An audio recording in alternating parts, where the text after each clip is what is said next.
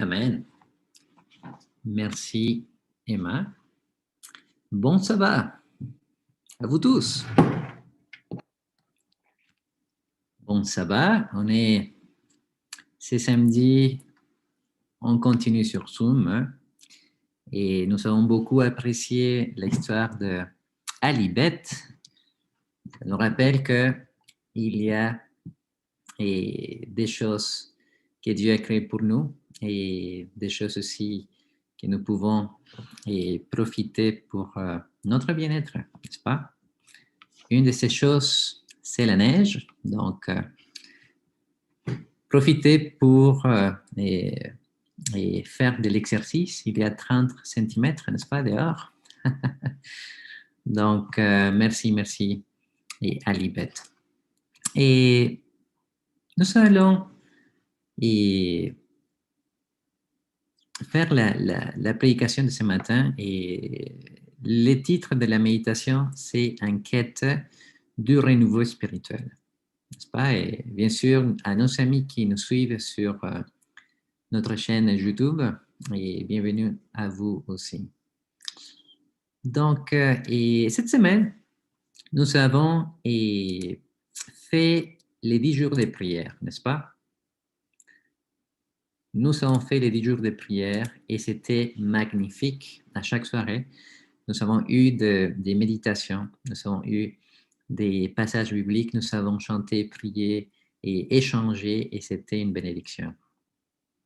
Et à la fin des 10 jours de prière, on se pose la question, et est-ce que c'était seulement un effort qu'on fait à chaque début d'année ou c'est quelque chose qu'on doit mettre en pratique à toute notre vie? Et bien sûr, la deuxième option est celle que nous devons chercher et celle que nous essayons de mettre en pratique aussi. Cependant, c'est une bataille. C'est une bataille et voilà pourquoi moi j'ai choisi de faire cette prédication par rapport à cette bataille, n'est-ce pas? Nous tous, en tant que chrétiens, nous voulons avoir ces renouveaux spirituels. Comment le faire? Bon, la parole de Dieu, elle est claire et là-dedans. Et nous allons découvrir avec l'aide de Dieu ces messages pour nous et ce matin. Donc, et là où vous êtes, on va faire une courte prière. Seigneur, en cet instant, et nous allons ouvrir ta parole. Sois avec nous, Seigneur, et permets que ces messages puissent être puissants par la force de ton esprit. Nous le demandons au nom de Jésus. Amen. Donc, le texte de ce matin, et c'est un texte qu'on le trouve au livre de Zacharie, chapitre 4, verset 6. La Bible nous dit, « Alors, il a repris et m'a dit, voici la parole que l'Éternel adresse à Zorobabel. Ce n'est ni par la puissance, ni par la force, mais c'est par mon esprit, dit l'Éternel, le Maître de l'univers. » N'est-ce pas? Donc, on se pose la question, comment faire que ces renouveaux spirituels puissent être continuels durant toute cette année 2021? Bien sûr, nous avons quelque chose à faire de notre part. Cependant, cet effort, nous l'avons discuté durant les 10 jours de prière, doit être accompagné par la puissance de l'Éternel, par la puissance du Saint-Esprit.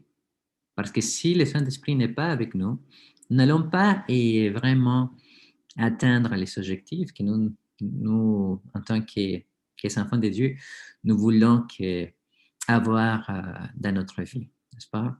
Donc, Jésus, il a mentionné quelque chose, il a dit, et cherchez et vous trouverez, n'est-ce pas? Et frappez et quelqu'un va vous s'ouvrir. Donc, et quand on lit ce passage, l'accent final, c'est que Dieu, il est prêt à donner le Saint-Esprit à ceux qui le demandent. Donc, et Jésus utilise l'illustration. Et vous qui êtes parents, n'est-ce pas? Et vous donnez des bonnes choses à vos enfants, mais vous êtes mauvais parce que nous sommes des pécheurs. Donc, si vous êtes disposés à donner des bonnes choses à vos enfants, combien plus et davantage le Père donnera le Saint-Esprit à ceux qui demandent, à ceux qui posent cette question, et qui demandent vraiment Dieu, accompagne-moi ce matin, cette journée, sois avec moi. Et c'est important, n'est-ce pas? Donc Dieu, il est prêt pour donner son esprit, mais la question, nous, est-ce que nous demandons à chaque jour? Est-ce que nous sommes prêts à demander l'Esprit Saint d'une façon continuelle? N'est-ce pas? Donc Dieu, Jésus nous invite à demander le Saint-Esprit pour notre vie, mais aussi nous trouvons, et bon, ce qui se passe, et une fois que Jésus, il est monté au ciel, n'est-ce pas? Donc Jésus, il est monté au ciel, et le salut était accompli, et les disciples ne savaient pas les choses qui venaient de se passer. Les disciples, en fait, n'avaient rien compris vraiment du ministère de Jésus. Les 3 ans et demi qu'ils avaient passé avec Jésus, ils savaient quelques lumières qu'ils ont pu comprendre, mais là, quand Jésus, il accomplit le salut, il est mort pour nous tous, il ressuscite, donc le salut était accompli, n'est-ce pas? Il monte au ciel et les disciples n'ont pas compris. Il se passe 10 jours après cet événement, et là, quand il monte à la chambre haute, là, il commence à se poser des questions, il commence à vouloir pardonner, à vouloir recevoir cette promesse que Jésus avait faite avant de partir. Je vous enverrai le Saint-Esprit, n'est-ce pas? Et quand il viendra, vous serez des témoins en Jérusalem, en Samarie et jusqu'aux extrémités de la terre. Donc, ils ont reçu le Saint-Esprit quand ils se sont humiliés, quand ils ont reconnu que la faute, c'est de nous, n'est-ce pas? Parfois, c'est difficile de reconnaître qu'on n'a pas raison, n'est-ce pas? Et vous savez quel est l'outil de Dieu pour nous façonner, pour éliminer toutes les choses mauvaises que nous avons? La famille. Parce que dans la famille, nous apprenons à chercher le bien-être de l'autre personne. Là, on doit apprendre que parfois, vaut mieux dire « j'ai pas raison », n'est-ce pas, pour avoir une victoire, pour gagner la paix. Et après, quand on prend du temps, on réalise que parfois c'est vrai que nous n'avons pas toujours raison. Mais le fait de vouloir avoir raison, n'est-ce pas, est motivé souvent par l'égoïsme, par l'orgueil, n'est-ce pas? Alors, on parle de la famille, quand on élargit les groupes, on parle de l'Église, et il y a des discussions, il y a des différentes pensées. Là, parfois, l'Esprit Saint ne peut pas agir vraiment parce qu'on est des chrétiens charnels. Et cette semaine, nous avons vu quelle est la définition des chrétiens charnels. Ce n'est pas seulement une personne charnelle, ce n'est pas seulement l'idée qu'une personne fait des choses contraires à la volonté de Dieu, n'est-ce pas? C'est même une personne qui, à l'intérieur de l'Église, n'est pas capable de vouloir l'unité. Quand, à l'intérieur de l'Église, nous amenons des disputes, quand, à l'intérieur de l'Église, nous parlons d'une mauvaise façon, cela témoigne que nous sommes des chrétiens charnels, qu'encore nous avons un long cheminement à faire pour que Dieu puisse nous aider, pour que Dieu puisse vraiment reproduire ce que les disciples ont connu à la chambre haute, n'est-ce pas? Eux, ils voulaient être toujours les premiers. Ah, quand Jésus va établir son royaume, c'est moi qui vais être le premier ministre, disait Pierre et Jean et Jacques disaient, hey, écoute, qu'est-ce que tu fais? C'est nous qui nous allons être le premier ministre ou les hauts dirigeants, n'est-ce pas? Même leur mère est venue à Jésus et Jésus, en voyant cela, je pense, bon, je ne sais pas si lui, il rigolait à l'intérieur, dire, bon, 300 avec eux, il ne comprend rien. Mais une fois que Jésus est monté et que les disciples se sont trouvés seuls, là, ils ont compris. Là, ils se sont pardonnés, ils ont demandé des excuses, des pardons, et le pouvoir de Dieu a pu vraiment venir. C'est pas par ma force, nous dit le verset, mais par la force de Dieu. Donc, mais la Bible aussi nous parle d'une bataille, n'est-ce pas? Et cette bataille, nous la trouvons d'une manière très bien expliquée au livre, dans les livres de Romains, l'Épître aux Romains, chapitre 8, et je vais vous inviter à lire avec moi. On va demander à Frédéric de bien mettre les textes. Romains, chapitre 8, versets 1 à 12, à 14, pardon. Ça va être les textes de ce matin parce que nous voulons toujours chercher cette renouveau spirituel qui doit se produire à chaque fois dans notre cœur, n'est-ce pas? Donc, Romains, chapitre 8, verset 1 jusqu'au verset 14, n'est-ce pas? Donc, Paul, il va nous parler de cette dynamique. Chapitre 8, verset 1 jusqu'au verset 14. La Bible nous dit, vous allez la voir bientôt dans l'écran, où je commence à lire et toi, tu passes les versets, Frédéric, c'est ça? Est-ce que vous ne le voyez pas? J'ai déjà partagé. Oui, je vois seulement le verset 1.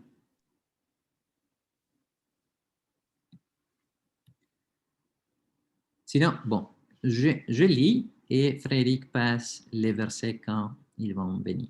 Donc, la Bible nous dit, il n'y a donc maintenant aucune condamnation pour ceux qui sont en Jésus-Christ, qui ne vivent pas conformément à leur nature propre, mais conformément à l'Esprit.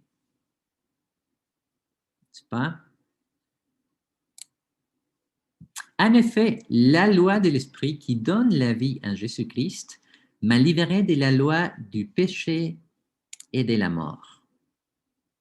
Verset 3. Car chose impossible à la loi, parce que la chair la rendait sans force, Dieu a condamné le péché dans la chair en envoyant à cause du péché son propre Fils dans une chair semblable à celle du péché. Verset 4.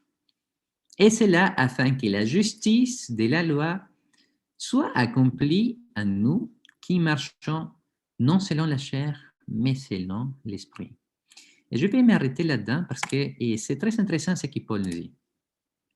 Paul, il va nous parler que pour la personne qui accepte Jésus, il n'y a plus de condamnation, n'est-ce pas? Il n'y a plus de condamnation pour ceux qui sont en Jésus-Christ.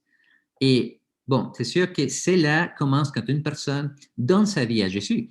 Mais Paul ajoute quelque chose, il va dire, ceux qui ne vivent pas conformément à leur nature propre, mais conformément à l'esprit. Et là, on parle de la nature humaine. Je vous pose la question, je veux que vous puissiez aussi participer. Quelle est la nature humaine?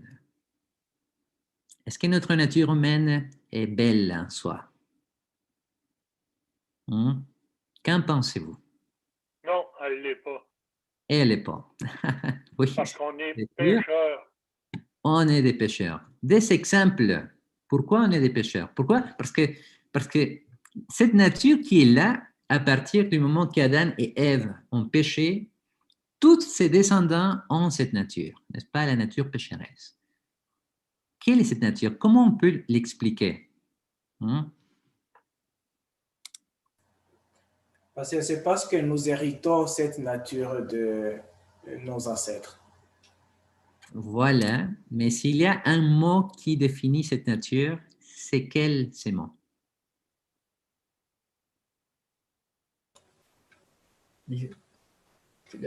La chair.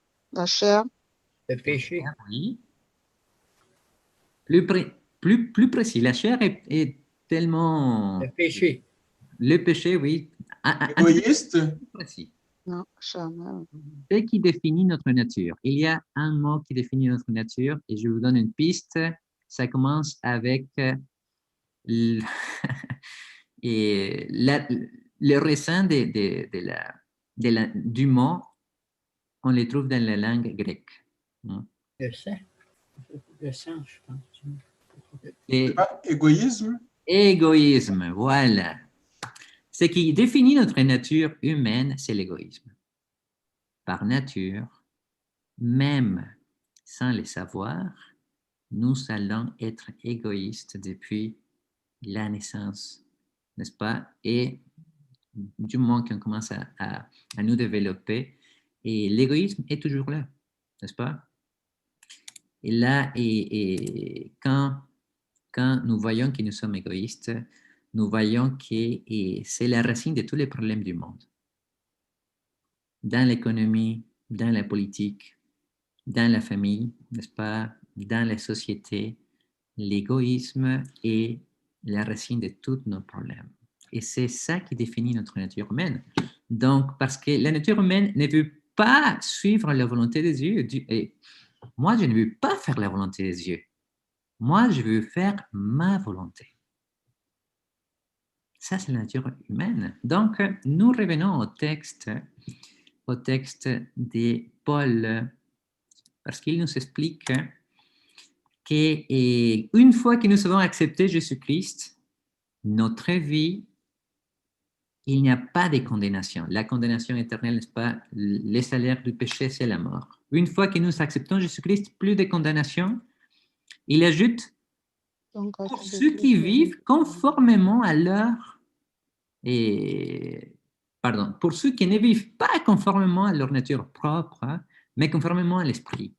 N'est-ce pas? Parce que du verset 2 jusqu'au verset 4, il va dire que l'esprit, n'est-ce pas? La loi de l'esprit que nous l'avons quand nous acceptons Jésus-Christ, elle est capable de nous libérer de la culpabilité. Mais le fait que nous ayons des normes à suivre de la part de l'Éternel, cela ne peut pas nous rendre parfaits ou nous rendre sauvés, n'est-ce pas? Le fait que moi j'ai les 10 commandements, ça c'est un miroir, c'est un chemin à suivre, mais ce chemin ne peut pas me rendre pur ou me rendre, pas pur, mais sauvé, n'est-ce pas? Parce que ça me montre mes fautes. Mais une fois que Jésus, par son esprit, habite en moi, le verset 4, à nous tous, le verset 4 va nous dire, et ainsi la justice réclamée par la loi est accomplie en nous qui vivons conformément à l'esprit. Parce que c'est l'esprit qui nous fait accomplir la volonté de l'Éternel. C'est l'esprit qui bataille avec notre nature, n'est-ce pas, pour que nous puissions faire ce qui plaît à Dieu et chercher aussi les bien-être pour ceux qui sont à l'intérieur et plus près de notre noyau, donc notre famille, la communauté et en plus la société. Donc, c'est très intéressant, n'est-ce pas? Et est-ce qu'il y a des commentaires, des questions?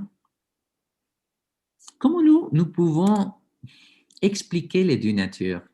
Vous savez, il y a une idée qui me vient en tête. Imaginez-vous qu'il y a deux chiens, n'est-ce pas? qui veulent batailler, n'est-ce pas? Donc, on va donner de la nourriture à un chien, de la nourriture bien solide pour qu'il puisse bien avoir des muscles. Et à l'autre chien, on ne va pas les donner des nourritures pantoutes. On va les laisser de côté quelques petites pépins pour qu'ils puissent ne pas mourir, n'est-ce pas? Et là, on les lâche. Qui va gagner selon vous? Celui qui est bien nourri. Voilà, n'est-ce pas? Donc, quand nous vivons cette bataille entre la nature humaine, n'est-ce pas, pécheresse, et la nature de l'esprit qui est en nous quand on accepte Jésus, nous décidons à quelle nature on donne de la nourriture. Et là, si nous consacrons plus de temps aux choses qui ne sont pas essentielles, ou si Dieu n'est pas dans la première place, c'est sûr que la nature pécheresse va gagner la bataille, n'est-ce pas? Donc, nous retournons au texte parce que Paul, il va continuer à développer le texte. Verset 5, Romains 8, verset 5, la Bible nous dit, vous l'avez sur l'écran, en effet, ceux qui se conforment à leur nature propre se préoccupent des réalités de la nature humaine, n'est-ce pas? Tandis que ceux qui se conforment à l'esprit sont préoccupés par ce qui est de l'esprit. Donc, l'essence vraiment du mot, c'est conformer à la nature, c'est vraiment avoir, en anglais, c'est mindset. C'est vraiment avoir cette prédisposition pour les choses qui ne sont pas en accord avec Dieu. Ceux qui se préoccupent, n'est-ce pas, pour la nature propre, se préoccupent des réalités de la nature humaine, n'est-ce pas? Donc, toute la vie va tourner autour des choses qui ne sont pas en accord avec Dieu. Tandis que ceux qui se conforment à l'esprit sont préoccupés, donc le mindset va être d'être préoccupé pour ce qui vient de Dieu, n'est-ce pas? Donc, et cela, on peut le voir dans la société. Dans la société, il y a 3 types de personnes, si on parle d'une manière spirituelle. Il y a les personnes qui ne veulent rien savoir de Dieu et les personnes ces groupes de personnes sont les personnes qui se donnent au plaisir, n'est-ce pas, de la vie, etc. Souvent, on va les faire dans la société, on va les faire quand on est jeune. Quand on est jeune, on veut découvrir le monde, on va faire la fête et on ne va pas beaucoup réfléchir et parfois on peut faire de mauvaises décisions. Dans la société, quand une personne grandit, et souvent la personne va être mature, n'est-ce pas, et va s'essuyer s'il y a des bons points de repère qui viennent des yeux, va vouloir une famille, va vouloir un bon travail, va vouloir avoir une bonne vie, n'est-ce pas? Donc, c'est le deuxième groupe. Ce sont les personnes de la société qui probablement ne connaissent pas beaucoup de choses de Dieu, mais qui veulent faire de leur mieux, n'est-ce pas? Et il y a l'autre groupe qui connaît les choses de Dieu, qui connaît ce que la Bible nous dit, et que là, on est pas qu'on est meilleur, mais on a plus de responsabilités parce qu'on connaît. Parce que ce qui fait la différence entre une personne qui ne connaît pas beaucoup, mais qui sait, et une personne qui connaît beaucoup, mais qui aussi essaie, c'est ça, c'est seulement la connaissance. Donc, à plus de connaissances, plus de responsabilités pour Dieu, parce que l'autre personne, elle est ignorante, n'est-ce pas? Mais toi, tu connais, moi, je connais, si nous ne faisons pas la volonté de Dieu, là, nous avons plus de responsabilités sur notre épaule. Donc, et même si on veut faire la volonté de Dieu, il y a toujours cette bataille, la nature qui essaye de prendre la place. Donc, le verset 6, Paul est très clair, il va nous dire, de fait, la nature humaine tend vers la mort, tandis que l'esprit tend vers la vie et la paix. Quand tu es en communion avec Dieu, quand Dieu fait partie de ta vie, tous tes projets, ça ne veut pas dire que tous tes projets vont être couleur de rose, n'est-ce pas? Tout va être bien dans ta vie. Parce que les personnes qui prêchent de cette façon, ils disent un mensonge, n'est-ce pas? La vie peut être belle, mais nous continuons avec des défis, des difficultés. La différence, c'est que Dieu, il nous donne la paix. Il nous donne la paix, il est avec nous et il nous aide à traverser les moments difficiles, n'est-ce pas? Donc là, on peut connaître que Dieu, il est là, il nous donne la vie, n'est-ce pas, dans tous les sens, et quelque chose qui va se réaliser quand il viendra nous chercher d'une manière complète. Mais la paix que Dieu donne, le monde ne la donne pas. Quand toi, tu es aux études et l'autre personne aussi sont dans la même situation que toi, il y a de stress, il y a les professeurs qui même en temps de pandémie, ils donnent beaucoup de travaux et tu penses que tu vas exploser. Oui, c'est ça. Donc, Dieu, il est là pour t'aider, pour te donner sa paix, pour dire, hey, ne te décourage pas, ne te stresse pas, tu vas être capable, n'est-ce pas? Et ce cadeau est ouvert à tous ceux qui veulent vraiment l'avoir, n'est-ce pas? Et il y a des personnes, je pense, qui même en ne connaissant pas beaucoup de la Bible, Dieu, il est pareil, parce que Dieu, il est un Dieu d'amour qui voit vraiment l'intention du cœur. Si une personne vraiment s'éloigne de l'Éternel, ça c'est une autre chose. Mais pour une personne qui, avec le plus de connaissances qu'elle a, essaye de bien faire, cette personne aussi fait partie des enfants de Dieu et l'Esprit de Dieu d'une façon ou d'une autre aussi travaille dans son cœur, n'est-ce pas? Donc,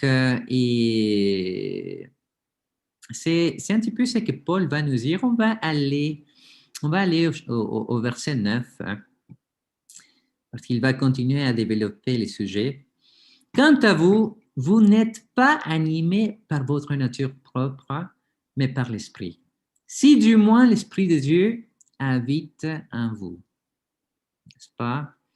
Cette semaine, nous avons vu que c'est très important que Dieu il puisse être avec nous quand on débute la journée, quand on est au travail, même quand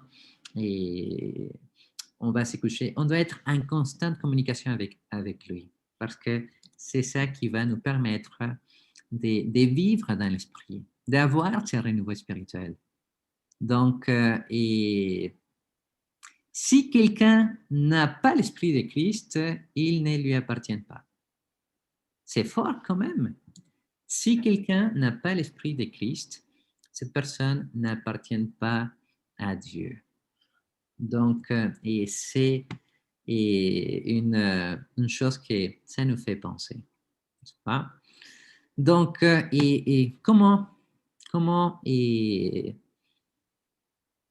développer cette renouveau spirituel?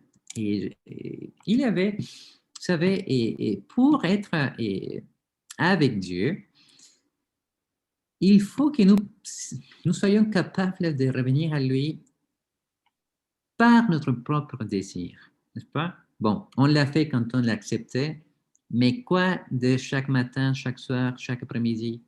Est-ce que nous pouvons revenir à lui et comme les plantes se tournent vers la direction du soleil? Comment nous pouvons faire ça?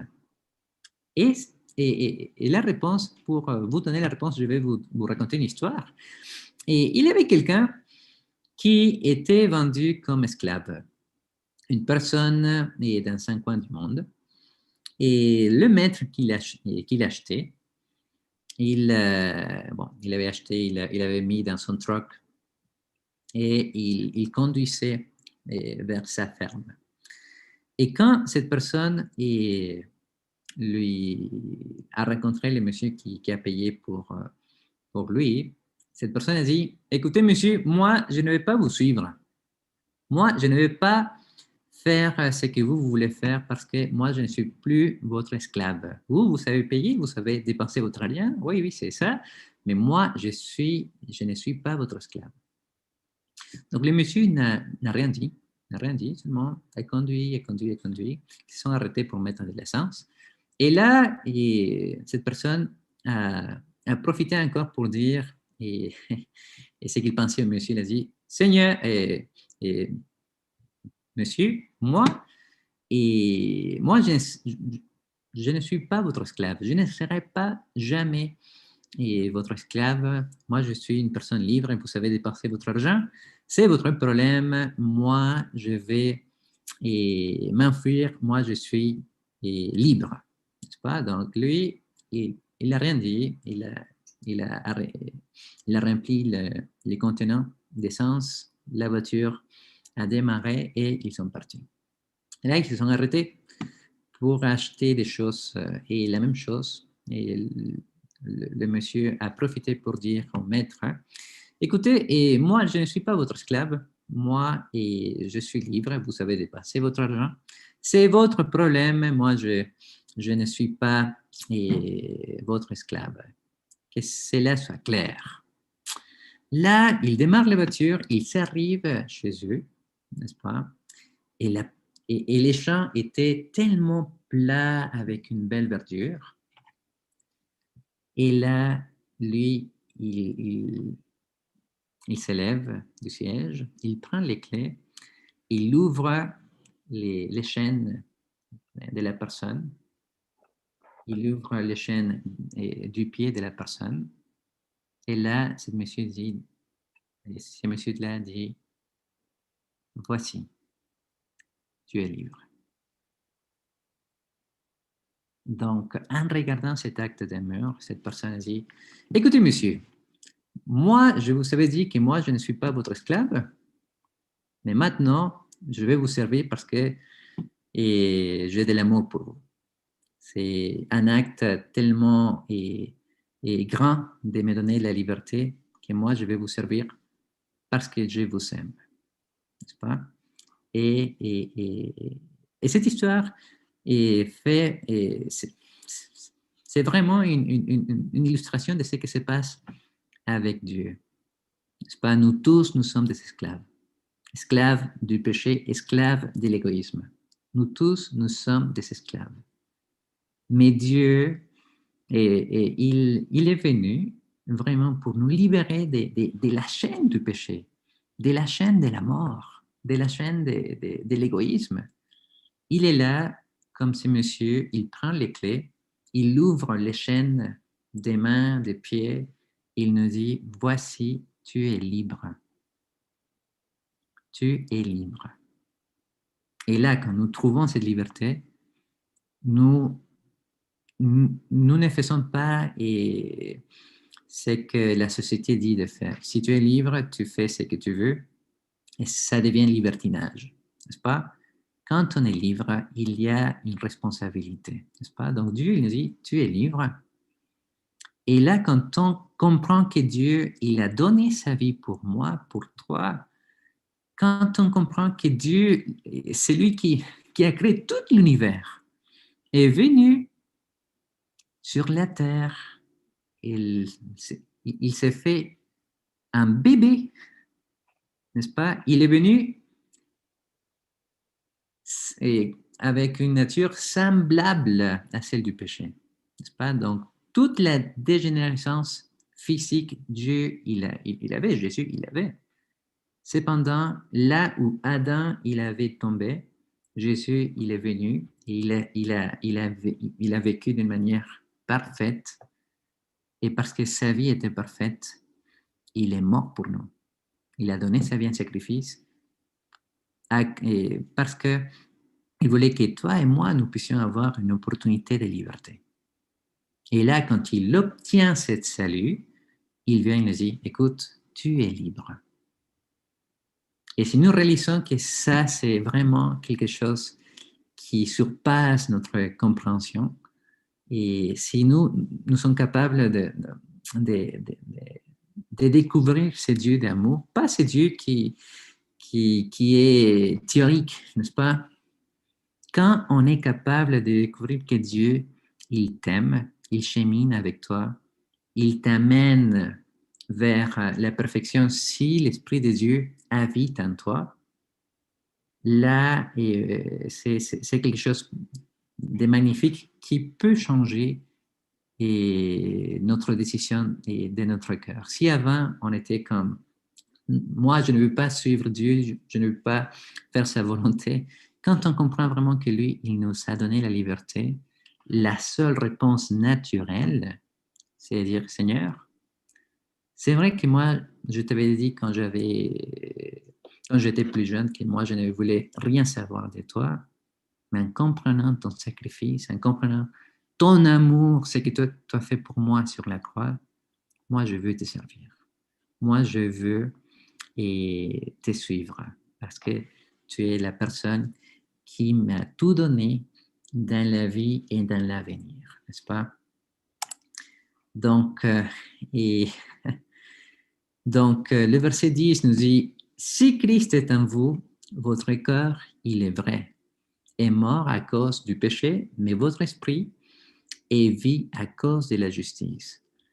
Et si l'esprit de celui qui a ressuscité Jésus habite en vous, c'est lui qui a ressuscité Christ rendra aussi la vie à votre corps mortel par son esprit qui habite en vous tous. Donc, et ce matin, Dieu, il nous parle à travers sa parole, il nous dit, pour avoir ce renouveau spirituel, il faut permettre que l'Esprit Saint puisse rester, demeurer là, tout près ici, à chaque matin, chaque soir, chaque après-midi, que Dieu puisse être cette personne qui est avec nous, n'est-ce pas?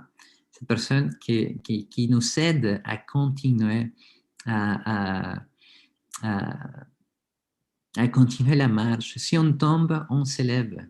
C'est très différent de tomber et faire du péché une mode de vie. Mais toi et moi, nous voulons faire la volonté de Dieu, nous voulons être un cheminement, n'est-ce pas? Donc là, l'Éternel est à tes côtés et là, l'Esprit Saint, il nous aide et vraiment à avoir la victoire. La seule chose que toi, tu dois dire, c'est oui, Seigneur, je veux que toi, tu puisses avoir le contrôle. Je veux que toi, tu puisses m'aider à être ces chrétiens, cette chrétienne que toi, tu veux que je sois. Là, Dieu, il va nous amener à une auto-réflexion, n'est-ce pas? De pouvoir dire, OK, est-ce que je suis un chrétien charnel ou je cherche plutôt l'unité ou je cherche d'autres choses? Parfois, on les faisait parce qu'on ne savait pas, mais cette semaine, on voit que même ce type de choses peuvent empêcher que Dieu il puisse nous utiliser d'une manière collective, n'est-ce pas? Donc, laissons que Dieu puisse travailler d'une façon personnelle dans notre vie parce que, les amis, nous tous, nous sommes égoïstes, n'est-ce pas?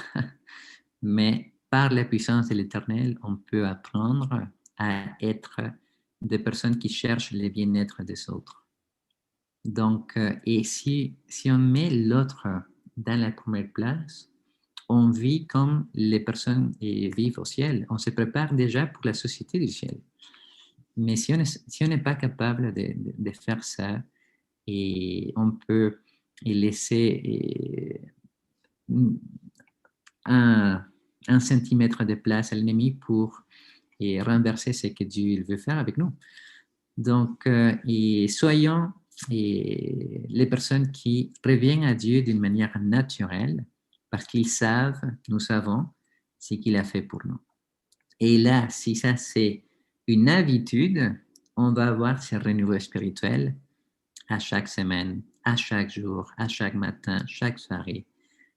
C'est la présence de Dieu qui habite en toi et qui habite en moi.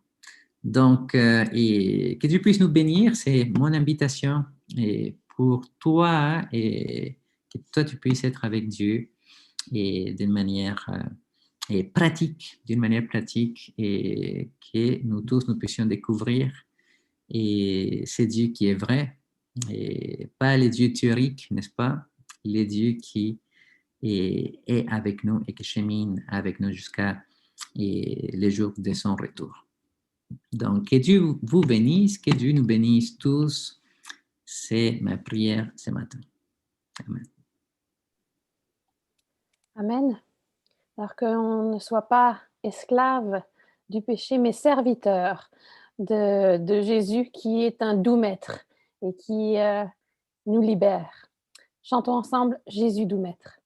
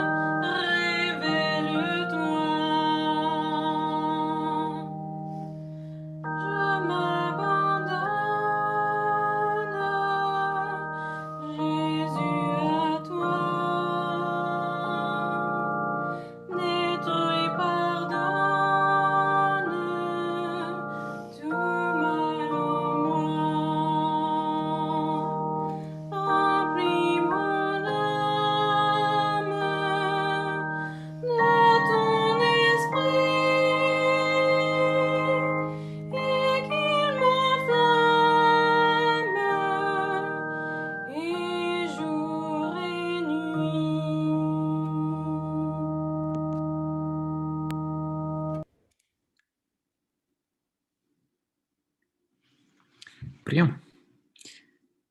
Seigneur notre Dieu, et merci de nous avoir révélé que nous devons te laisser toujours la place à toi et que c'est une expérience continuelle. C'est renouveau spirituel, Seigneur, c'est une décision qu'on fait à chaque matin, chaque soir, chaque journée. Et notre prière, c'est que tu puisses nous aider à vouloir marcher avec toi d'une manière étroite, d'une manière et pratique, que toi tu puisses habiter en nous, Seigneur, qu'on soit capable d'affamer notre nature humaine, afin que toi tu puisses nous aider à être de bonnes personnes, les personnes qui nos familles ont besoin, les personnes qui notre Église a besoin et les personnes qui notre société, notre pays a besoin aussi. Parce que et comment on va être capable de partager l'Évangile, c'est en vivant une vie chrétienne qui est vraie. Là, les autres personnes et lesquelles toi tu aimes aussi et vont pouvoir te découvrir à travers nous. Donc, merci Seigneur de nous aider parce que c'est une grande responsabilité que toi tu nous donnes et que cette année 2021, nous puissions avancer toujours avec toi. Et donne-nous une bonne après-midi, que cette journée de sabbat, on puisse être heureux, on puisse aussi profiter de la nature, profiter de la famille et voilà, bon, et toujours en respectant aussi les normes. Et merci Seigneur de ton amour et ta bonté. Nous prions au nom de Jésus. Amen.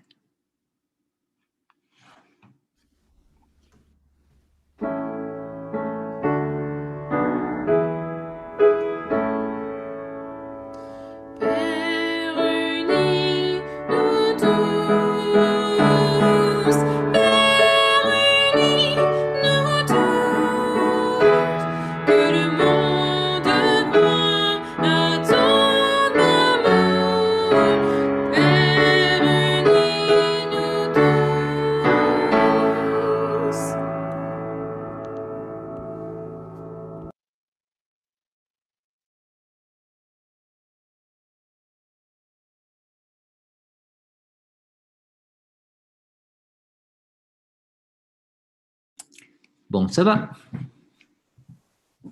Bon sabbat. Bon sabbat. Bon sabbat. Bon sabbat tout le monde. Bon sabbat. Bon sabbat tout le monde. Bon sabbat Emma, content de te voir. Bon sabbat Avec tout le plaisir, monde. merci. Bon sabbat. Bon sabbat Jean-Pierre. Bon sabbat Raymond. Bon sabbat, Meg. Bon sabbat Carole. Jean-Pierre. Bon Bon sabbat, Samuel. Bon sabbat sabbat. Naomi. Mireille. Bon sabbat, Bon Carole. sabbat tout le monde. Sabbat. Tout le monde. Bon sabbat. Bon sabbat. Frédéric.